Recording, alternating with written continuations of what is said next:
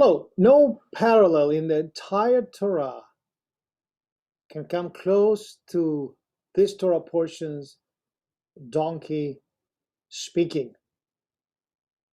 In no other place in the Torah and the rabbinic literature we have animals speaking. Now you may say, Rabbi, what about the old anecdote?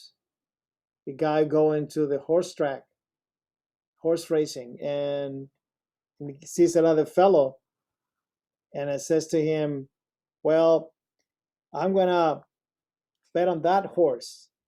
So the man says, well, did that horse tell you to bet on him? Of course, that's what my mind said. And I guess says, don't believe me, always comes second. So in other words, we imagine what animals might say all the time. But we never encounter a situation where an animal can speak to a human being. The rabbis are very curious about this situation, and they will pack this miracle together with other several miracles that God created Bein Ashmashot, that God created in the twilight between the sixth day and Shabbat. Somehow there are those things in the Torah for which we don't have any explanation. And the only way to understand them and accept them is to accept the fact that God created them with a purpose as a miraculous thing, and there's no way to explain it otherwise.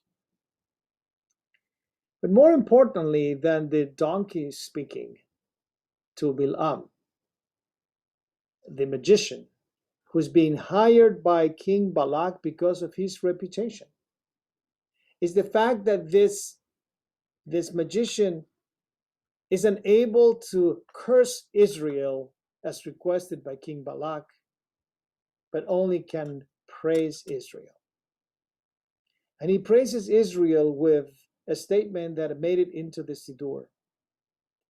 When you open a Siddur, particular of our conservative movement and also Reform, on a Friday and a morning, you will always see that sentence. Ma tovu alecha Yaakov mishkenotecha Israel.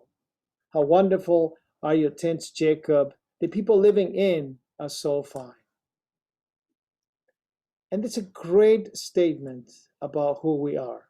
It's a great statement about the quality of people that join the people of Israel. But that statement has to do more with what we treat each other, the way we connect with one another. It's about a tent. It's about an ohel. It's about a sanctuary. It's about a place of gathering. It's about how we come and join forces. All that is special to the people of Israel. We don't pray alone. We don't create separate communities from one another. We try to always come together. And that is so meaningful on a time where we are being isolated for so long.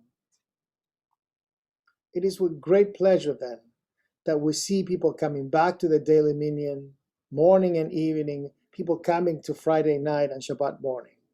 We do it because we care about one another. We do it because we need one another. We do it because it's not the same when we're not with our fellow human being in prayer.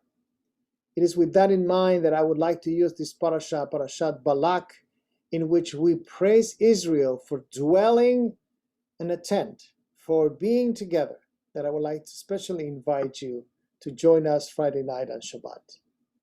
We will say farewell to Chazan Levine, and we would like to thank him for his service to Temple Bethel. Very soon we'll be welcoming new Chazanim to our temple, and we will again grow in numbers and grow in companionship and friendship. Please join us Friday and Shabbat. I wish you a good Shabbos to you, and enjoy the wonderful, wonderful weather in Rochester, and come to Shul and pray together in our tent. Shabbat Shalom.